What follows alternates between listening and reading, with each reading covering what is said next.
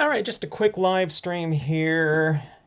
I do the lives because it broadcasts to Facebook and it posts in that platform.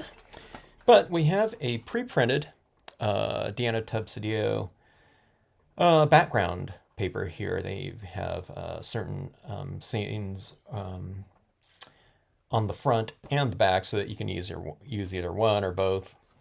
I'm going to be using this sunsetty kind of dusk-ish background. I believe she does all these in pen pastels, and they're really fantastic. So this is one that I've been waiting to use for a while, but I got a little blotchy bit of ink on there, so I'm going to be covering that up. All right, so this one's going to be really simple because I was limited on time, and doing something on a pre-printed background makes for a really quick scene. So I'm going to be stamping on here. I like the hybrid inks on here. So on pre-printed background papers like this of any sort, you want to test out some different types of inks to see which ones work best on those surfaces, because they are going to be a little bit more sealed off typically than your, just blank, cardstocks or something like that, okay?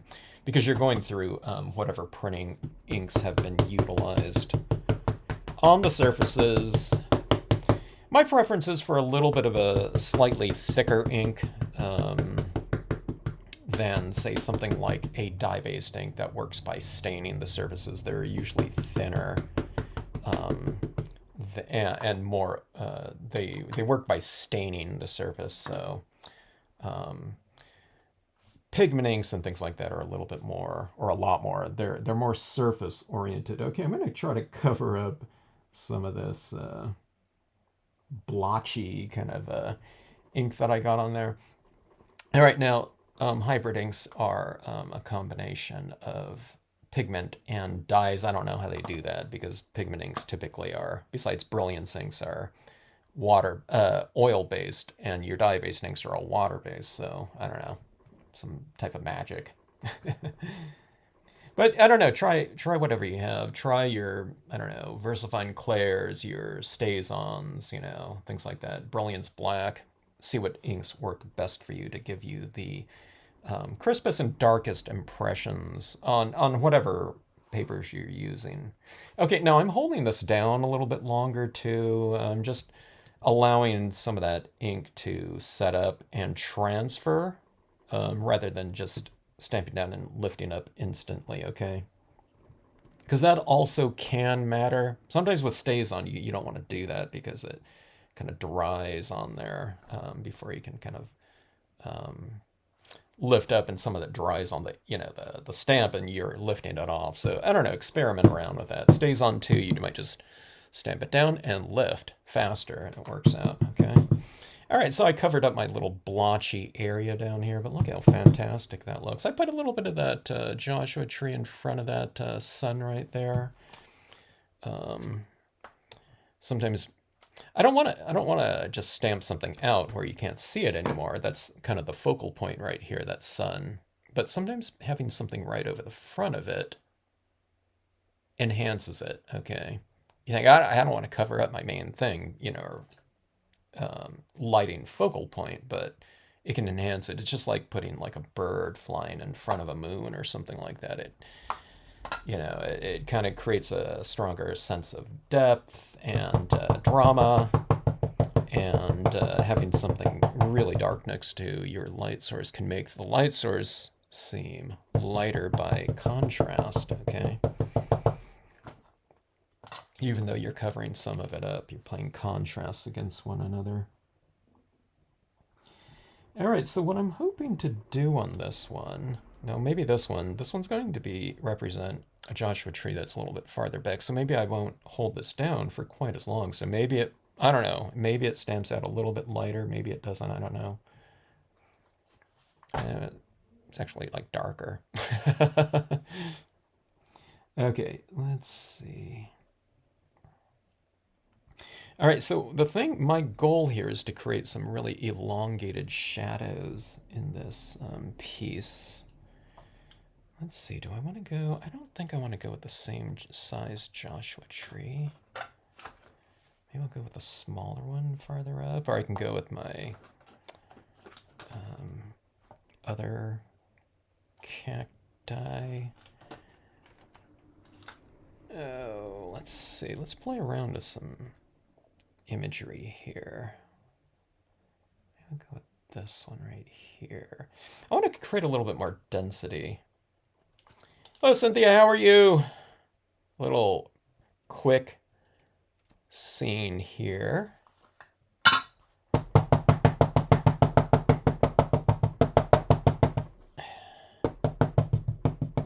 Wanted to get a scene in here before the new stamps came in, and I just got busy processing orders, so I figured I'd squeak this one in, but I'm also doing a bunch of data entry right now, which is my least favorite thing to do. But, tax day is coming up, so I got to get that book work done. Hello, Linda. Okay, so I'm stamping out the organ pipe cactus right here.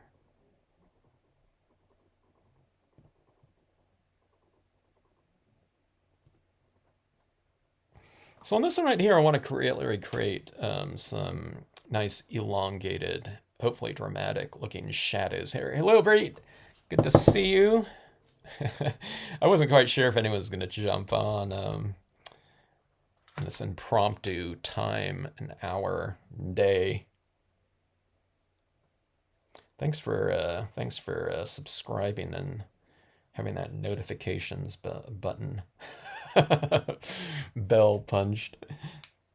All right, let's see here. Let's have, okay, so I don't want to put this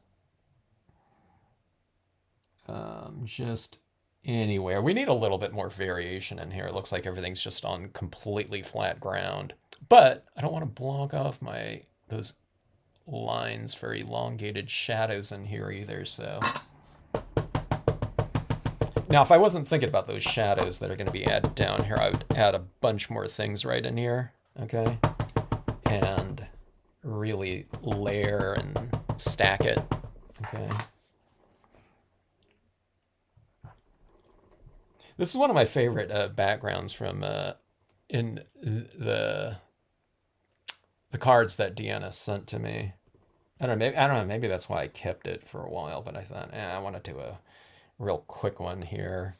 So I thought, let's give this one a try. And plus, I got that little bit of ink on there, that blotch on there. So it's like, if I have this thing sitting around on my desk, for a lot longer, it's going to get all blotchy with the ink, maybe. So let's just utilize it.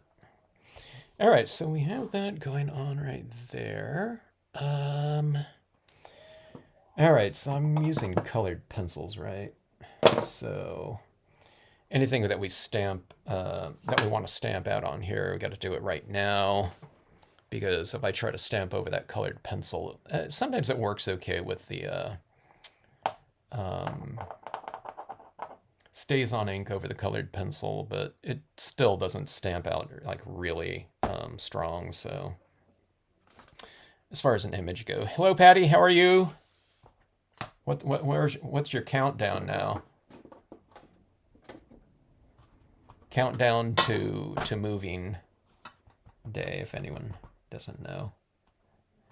All right, let's get a little bit of textural filler in here. Okay, so this is my tiny rock small. It's like the little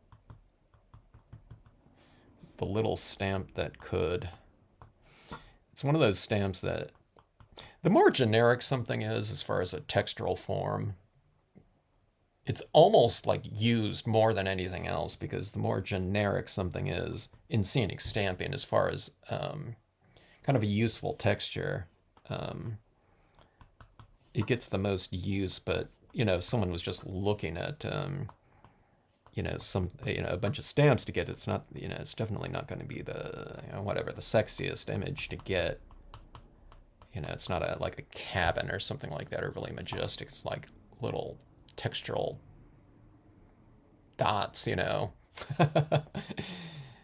But this, the sedge filler, things like that, they're really, really useful in kind of, oh, it's like the needle and thread that, as far as textural forms to um, kind of bind everything together.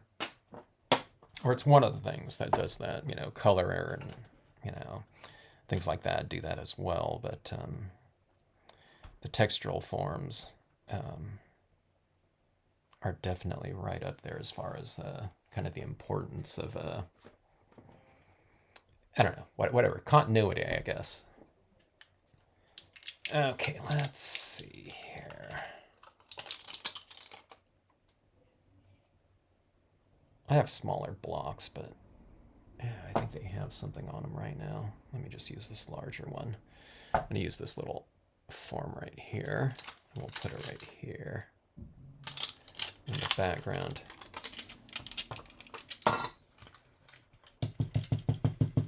After the scenes from 2 weeks ago where I was adding on all those shadows and light beams and all that, now I'm like thinking about, shadows and elongated shadows and, lighting drama. I mean, I think about that anyway, but I don't know. I think about that more after finishing off all those, cards from, what is it? It's almost been 2 weeks now.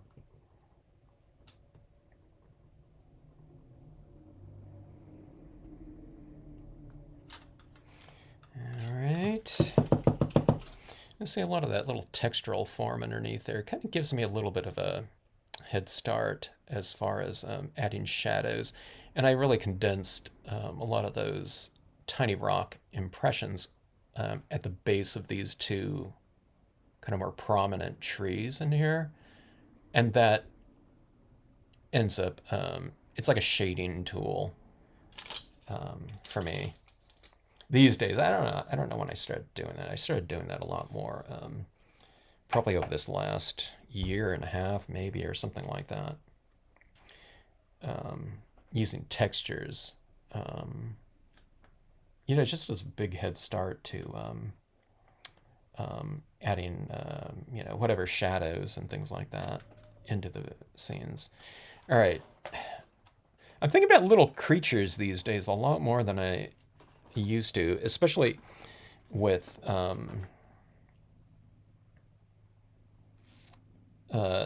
the other main imagery, but it's because these little desert creatures, it's kind of, I mentioned it's kind of weird.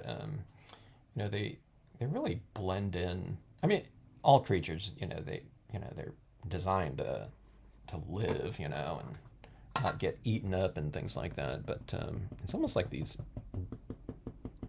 stamp image forms too. It's like they just kind of blend in with the surroundings really well. So you can have these little kind of Find Waldo-y looking little creatures in here. And it's, I don't know. They're in there, but they don't draw quite as much attention. I mean, we could spotlight them or something like that, but you can stamp them in there and they just kind of blend in with the background a lot more.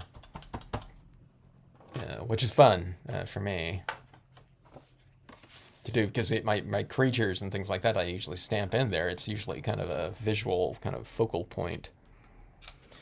All right, let me see if there's anything else in here.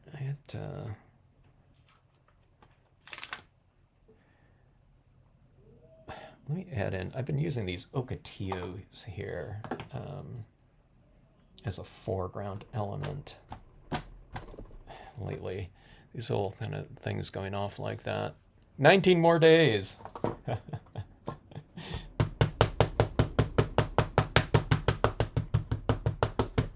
Now, what are you doing, Patty? Are you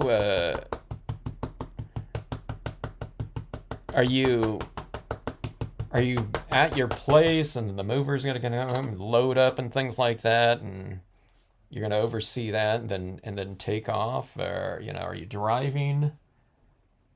How's that working?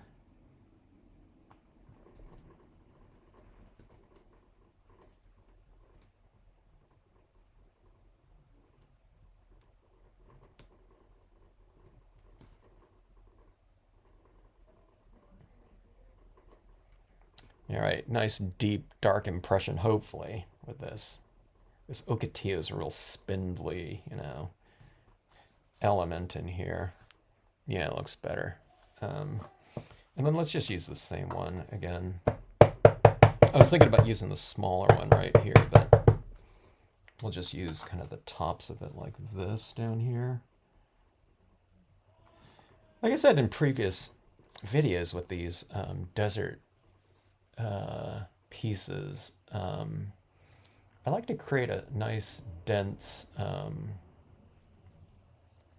of environment with them. And I use,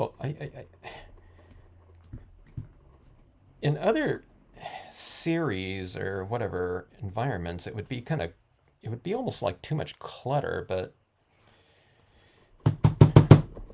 I don't find that too much with this. It's like, I don't know, I haven't cluttered up something beyond, where I think it looks okay so far. So, yeah, let me go with another one. I'll go with another one. See, I wouldn't put that much stuff in the foreground in other environments, but on this one you can make it as dense as you want.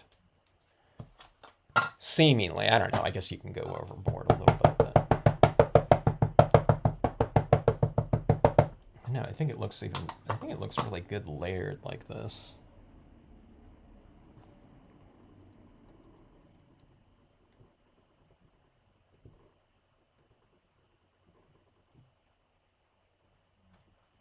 All right. Ocotillos, they might be blooming right now out in the deserts in Southern California. I'm not sure. It depends what elevation they're at. All right. So there's not a lot I need to do this. I mean, we could add in additional color tones in here if we wanted to. Hello, Froggy Fresh. But I mean, black would probably suffice, and and that would be perfectly fine. But I'm going to bring in some tones in here.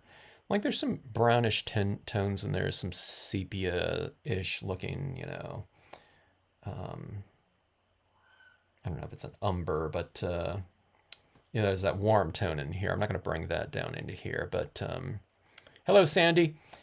I will go with these two kind of brownish ones and the black. I just think it makes it a little bit richer of a shadow by having a little bit of these variations in there. I don't know if you'll be able to tell watching on your screens here. Okay, so shadow forms. Let's take a look here.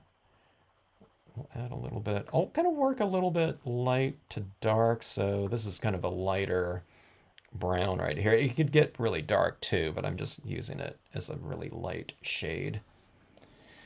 Okay, so this shadow is going to be roughly going in this direction. Okay, we go to the base of the item, go to the center of the light source like that, and then I'll just roughly get, this is the general angle right here. Okay, there's that little rock right there, so I don't know, it would be going over the top of the rock like this,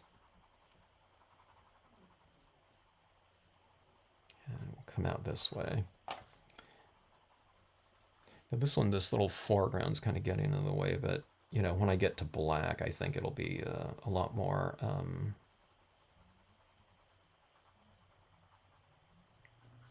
a little more distinct. Okay, now this one right here, there's this rock form right here, and then there's this, organ pipe cacti. So I just make it a little bit darker right underneath it like that. I mean, we can do that for all of these things. You just kind of backlight your objects. So here's these rocks down here, and you just kind of add a little bit more tone to the base of them. And it anchors the objects into the scene more. It puts them in place. So you can see right here, there's no shadow for this figure. I mean, it looks fine. If you sent this card out to people, people aren't going to say, wait a minute, where's the shadow for this? If that, what I mean? They're not going to say that. But if you add it in there, okay, so this shadow is going to be going roughly this way. And a little bit tricky because there's the legs like that. So I just fake it. I don't know what distance, you'd start seeing the body down here. I just, I'll just go like that, and then I'll just start kind of filling in. So this, in the shadows, it's getting lower on the horizon, so shadows get a little bit more elongated like that. And I kind of want it a little bit soft, because on the edges especially. So, it's probably not accurate, but it just has to, look reasonably decent like that. So see that shadow right in there? That's a little bit clunky right there, but here's even this old tarantula. I'll kind of anchor it down like that. All right, now this is a real light tone that I'm going to be using in these shadows, so I'll develop it a little bit more. So what I do with the darker ones is I keep it a little bit more on the interior of what I just applied. So it's like darker in the center of the shadow, and it gets a little bit lighter as it moves out, and then lighter, so it kind of transitions. Okay, so on this right here, we'll go a little bit more narrow from the legs up here. Okay, and I'll adjust what I've just kind of laid down in there too. Okay, same thing on these ones. We don't have to be super, like I said, we don't have to be super accurate about it or anything like that. And then here's the black right here, okay? So let's go like this. Keep it really kind of narrow. Let me see, I probably got my angles wrong a little bit.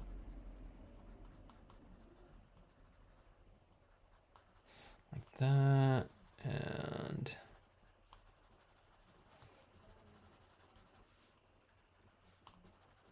a lot darker at kind of the base of the object. All right, and let's see a little bit more on this one, maybe. A little bit more at the base of this cacti right here. So it just kind of starts anchoring down our shadows a little bit more. I'll make this one a little bit more prominent, closer to the horse, the object that's casting it. So see right in here, I just kind of did a little bit of a darker black right about up to here, but then you kind of want to transition it a little bit. So what that black looks like over the top of that, that looks like is, here's these, 3 legs of the horse right here, okay? And what that black looks like is this. It's fairly dark like that, but then you kind of taper it off at the end like that. Okay, so that's what's going on right in here.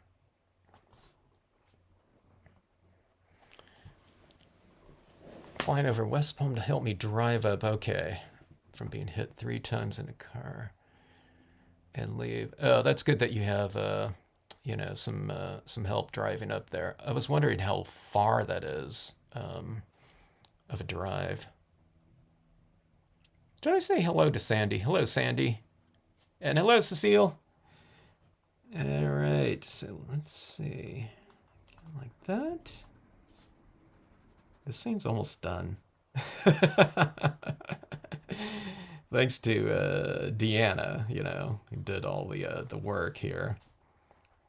It's fun just kind of playing around with, certain things sometimes in pieces and not the whole thing. So I'm looking to see if I have an eraser around here. I want to lighten that some of that okay, here. I can just take a cotton ball and it's rubbing some of that off. I wanted to remove some of that colored pencil a little bit, or kind of spread it around a little bit like so. That looks okay. I just removed a little bit of it. I made it a little bit too dark down this, so I wanted it to kind of transition a little bit more. Let me try something too. I'm going to try to add a little bit of a stays-on texture over the top of that shadow. The shadow kind of muddled some of that texturing on there a little bit. Yeah, it works fine. So I'm just adding a little bit of stays on because I figure that's going to have the best chance of adhering to printing out on wax like that. All right, so all right, that came together really fast. I thought a really good stamp in here. It looks like I did it before, but this one stamped just Dusk, and I thought that would look really good up here, right over here, or something stamped in. Or you could, I don't know. So I could put sunset. Maybe sunset would be better.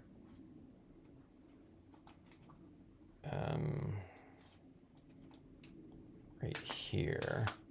Let me see. If this stamped out pretty nicely in gold, I thought it would look pretty cool because we have that existing dark top portion up there. It's perfect for a reversed out text. So, but the problem with that is I need to use my. I don't like doing this just for like one impression, but let's do it. See my Brilliance Gold pad? This ink tends to dry up whenever I'm not using it, so anytime I use it, and it dries like in a thick slathering. I don't know, maybe that looks, I don't know, maybe that is a little wet still. Let me see. If it's a little bit, oh, okay, it's a little bit wet still. Okay, sometimes, well, I don't use this very often, so sometimes it dries like a hard, you know, kind of sealed shell of ink on there. And then I have to kind of, I don't know, scrape it off a little bit, then, you know, apply some new ink and spread it around. I don't know. Yeah, maybe I let that dry too long one time. That looks fine. Huh.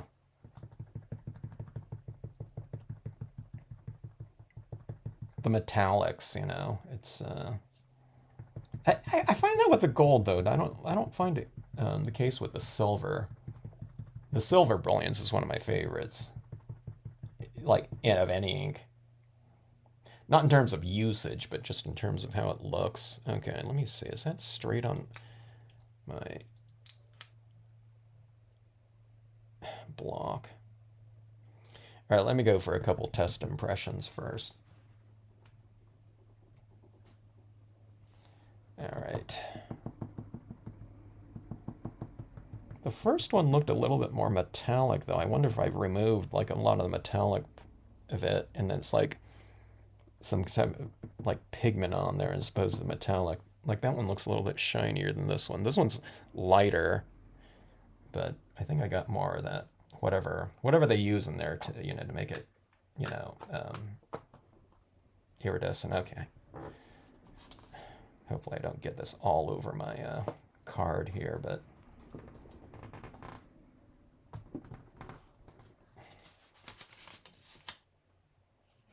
all right, let me see if I can get this reasonably straight. Sorry about my head, but I'm gonna have to put that in there here.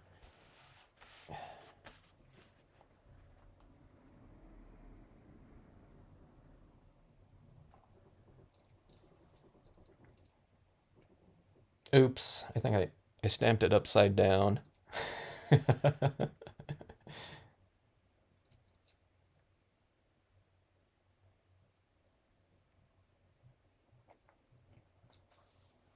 That's all right. That gold over the top of the black, you know, it's not super opaque. All right, that's what it looks like on white. That's what it looks like on black. I probably could have held it down a little bit longer for that ink to transfer, but I think that looks okay like that. So it's one of those things with metallics too. It's like if you hold it at certain angles, it really stands out, and it's a little bit more obscure like that, you know. Look at that coloring down there. It looks a lot different than like when it's like washed out with that all of my really bright studio light on there like that. Look at that little piece of glitter on that horse's head right there. Maybe I should leave it. Looks like its eyeball. All right, but anyways, like that, and then we'll probably I mean this is the perfect thing for like gold, um, whatever matting on there. I might use like the red.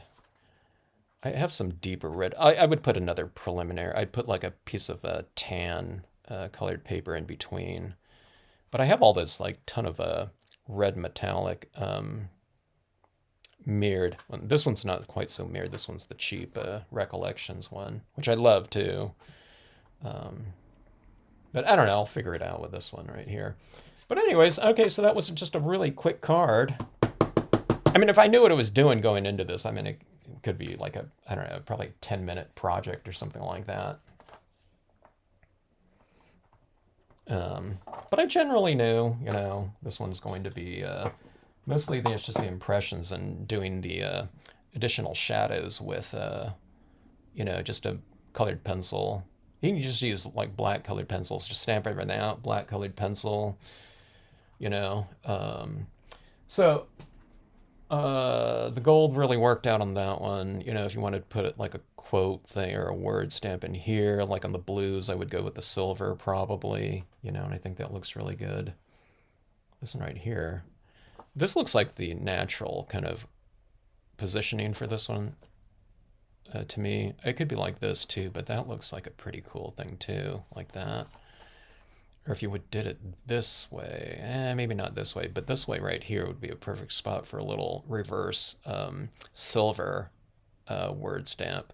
I think a quote, if it went a little bit too large, I don't know if like silver or white. White might be a little bit more too see-through, where there wouldn't be enough contrast down here. So just watch out for that, just have enough contrast between whatever ink color you're stamping out on these printed backgrounds. Because again, maybe embossing will give you like a stronger, more opaque lettering, or I don't know, whatever form that you're putting over the top of them. That'd be another thing too. I did these pieces just in ink on there, but I'd imagine you can do like black embossing on this type of paper too, and that might be kind of interesting. But you can do it for the words too, maybe, It'd be kind of interesting if you emboss like your words on here, or something. If it was going like all the way across, it could look like a book cover or something like that, where there's like this raised kind of metallic embossed letter forms on there. Yeah, it could be kind of cool. Or what would be kind of cool too, see, now I might think about this, I haven't thought about doing this type of thing in a long time, but you can go, sometimes it's interesting, you go reverse out text in the darker areas like that. And then if you have enough lighter areas, now I covered a lot of my lighter areas in here, but let's say that if this tree just went up to here, then you can put like some additional title or word positive. You go dark over light in the lighter areas or something like that. That might have been cool. Or something in here. I'm not talking about this composition, but if I was planning on doing the words, I would move these images around accordingly. But it's kind of fun to play around with text like that. You go light over dark, and dark over light, and you can go light over dark again in this area or something like that, like in the reds. I don't know, might be kind of fun. All right, so anyway, let's see. That's a long drive, Patty. That reminded me of Southern California to Seattle, back when I did the first heirloom conventions in the, what is it, Western Washington Fairgrounds, Puyallup. It's soggy out. You getting some rain, Froggy Fresh? Well, you got that. It was nice that you had, if you are having that rain, it's nice that you had that clear sky for that solar eclipse. Did anyone see the solar eclipse where you are? I know Froggy Fresh did, because they posted the photograph in Facebook, but I completely forgot about it. But I think we were talking about it in the live stream here before. I think California, or at least, I don't know, Southern California or something like that. I seem to recall seeing one of those charts that we were only supposed to get like a 30% eclipse or something like that where we were. So I don't know if I missed very much. Retired of the hurricanes out. Oh, yeah.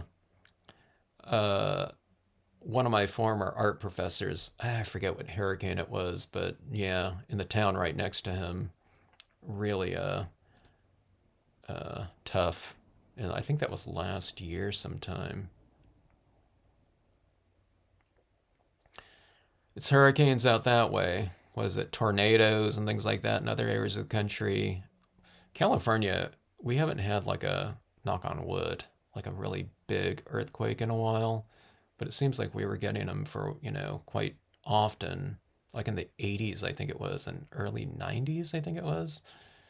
So, I don't know. You'd almost rather feel a bunch of small ones, though, to relieve whatever that pressure than get one big one. We saw it here in Illinois. 40% coverage, okay.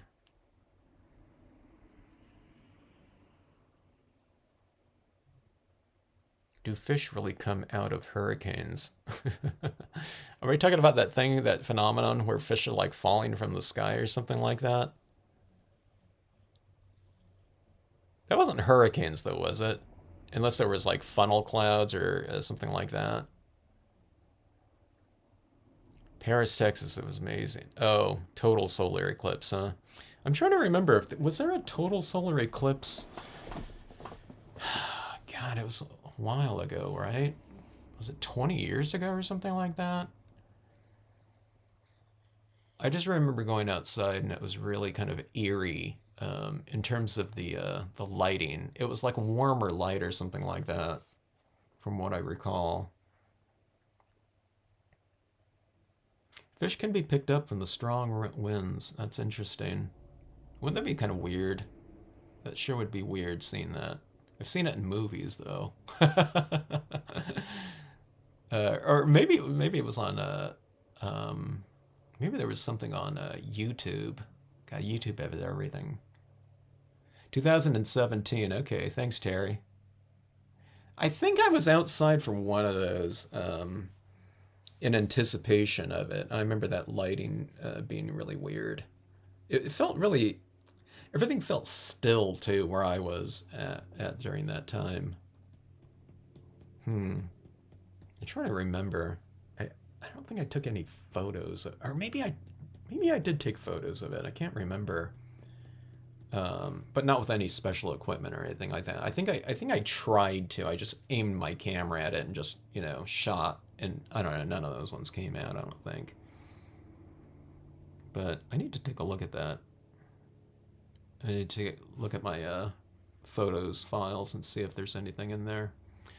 Yeah, the water spouts, right?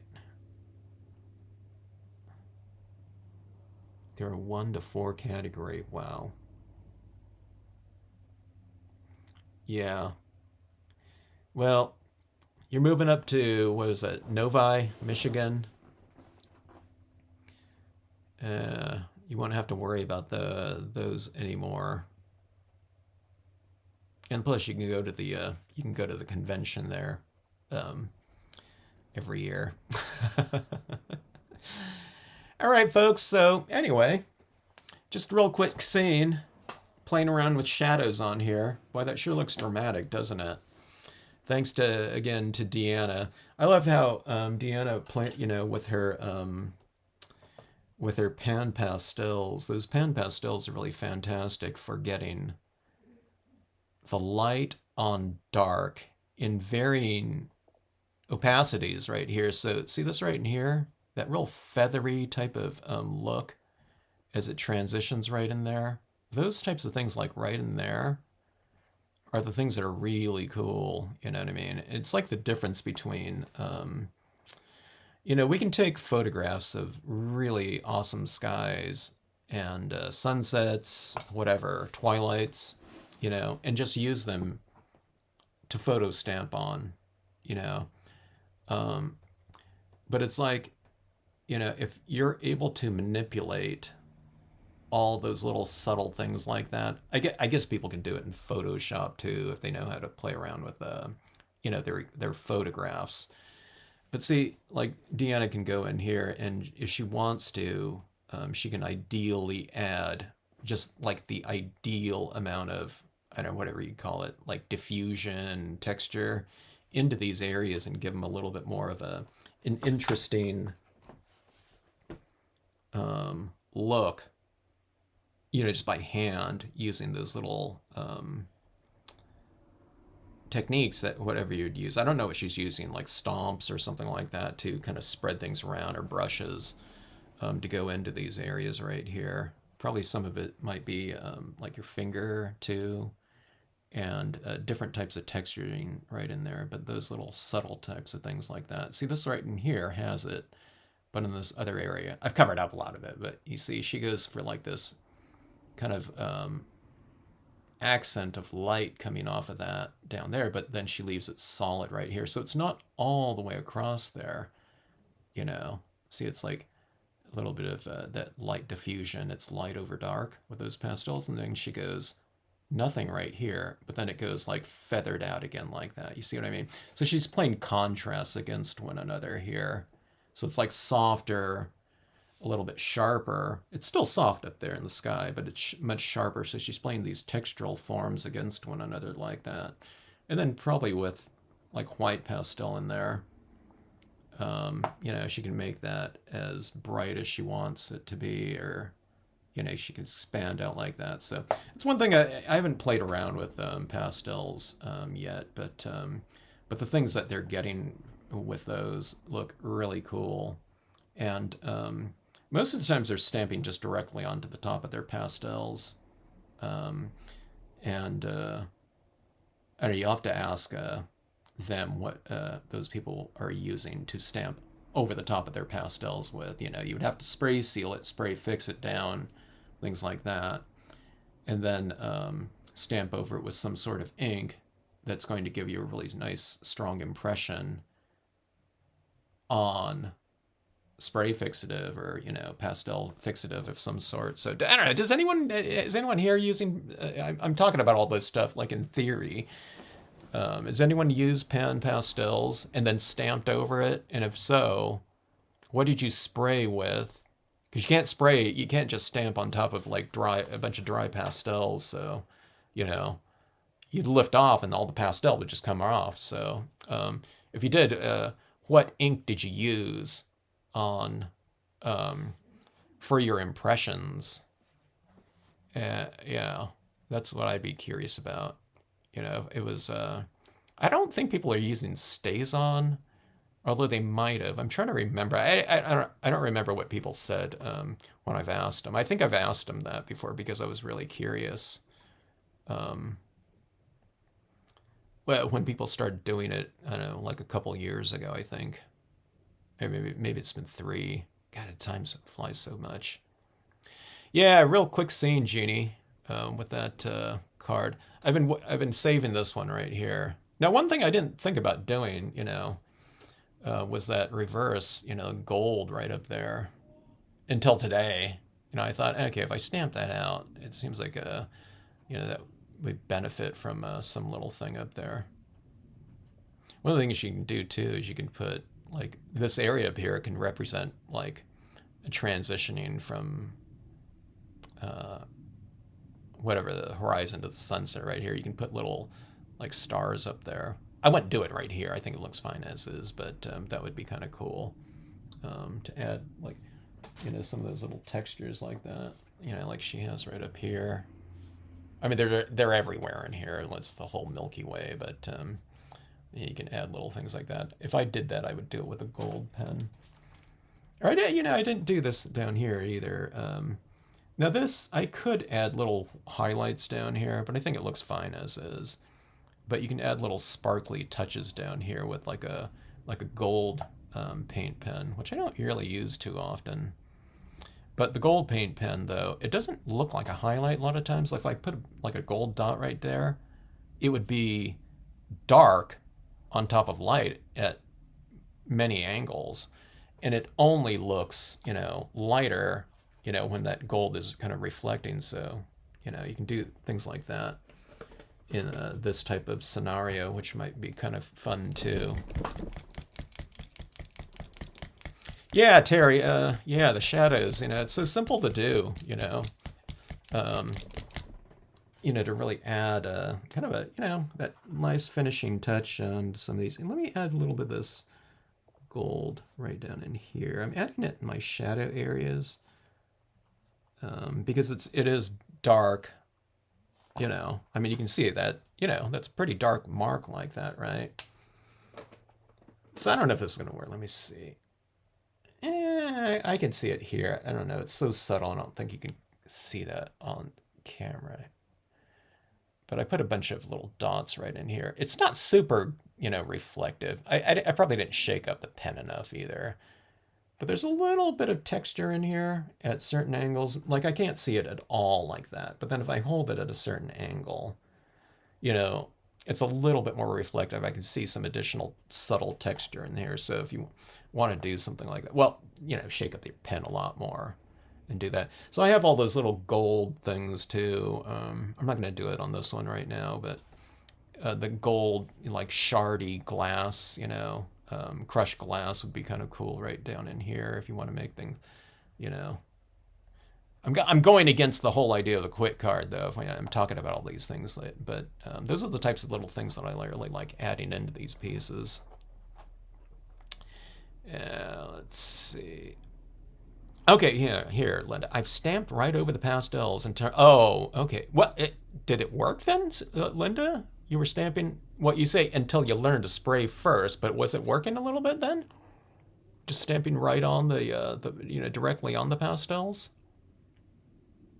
Claire memories or archival was not spraying before stamping.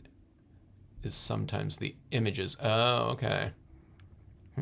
Okay, so which one of the pads worked the best then, Linda? Or did you already answer that? The Claire. Yeah, the VersaFine Claire then.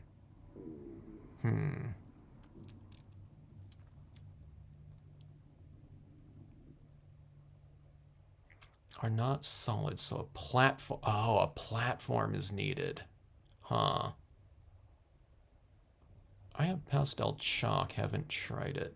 Fixative might work. You gotta try those pastel. What paper are you using, Linda? Are you just going with like a matte cardstock or something like that? Or are you using some sort of specific, more toothy type of paper?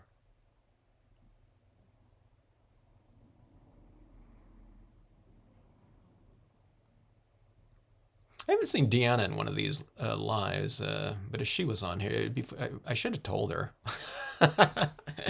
By the way, Deanna, we're going to use one of your scenes right here, and we need some info. Or maybe she'll check it out, and and well, comment in the the notes section if anyone's curious about it. But I'm curious to know what she did this original, sunset on. Was it? I'm guessing she's not using just like a matte cardstock. I'm guessing it's like a Bristol board or something like that. But I have no idea. She might be using like a heavier, like an art board or something like that, textured illustration board. I don't know. I have no idea. Okay, so you use Bristol cardstock. Okay, well, wherever we go right there, because it had more tooth. Yeah, right. And also a smooth watercolor paper. Got it. Yeah, something a little bit more toothy and maybe porous too, right? All right. Well, anyway, just a quick scene here that I got in before I need to go back to my data entry. I hate doing I hate bookkeeping stuff.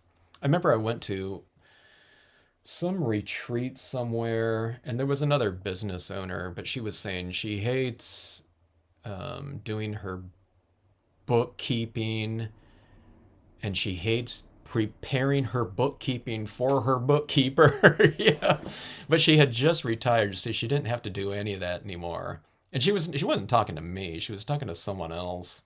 But it was like, oh, I know exactly what you mean. I hate doing all that and balancing everything out, and what a hassle. Because I usually wait till the end, and it was like I'm entering in like a whole year's worth of figures, you know. Um, Such a drag. All right, everyone. Thanks for joining in. She has a pastel mat. Okay. Whatever that is. I take it that's the certain type of paper then, right? So I use that clayboard smooth clayboard art tiles or the clayboard smooth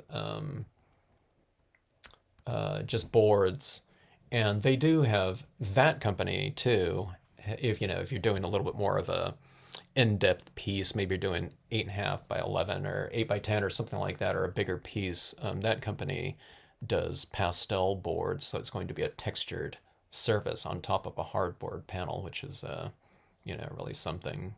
Not really, it's a little bit more of an in-depth thing, but I've often mentioned to Deanna when I see her pieces, it would be kind of cool to see her pieces like wall sized or something like that, just on a big, gigantic panel. That would take a huge amount of pastels to do, but I could see her doing like working in 40 by 60 or something like that and something like that would be good on a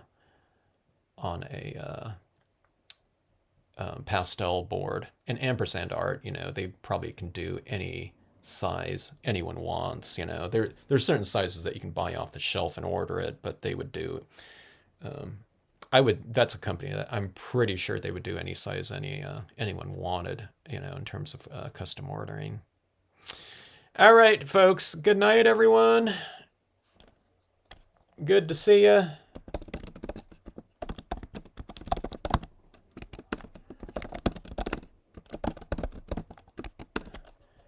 Thanks for joining in. New sets are on the way to me right now. We'll start shipping on Friday, Saturday. By the way, everyone, thanks for the orders. If you ordered and we're interested in the new sets, those ones like I just typed are on the way, and can't wait to get them. And I'll start processing them as soon as I get them and have them shipping out. All right, folks. Hope to see you on the next live.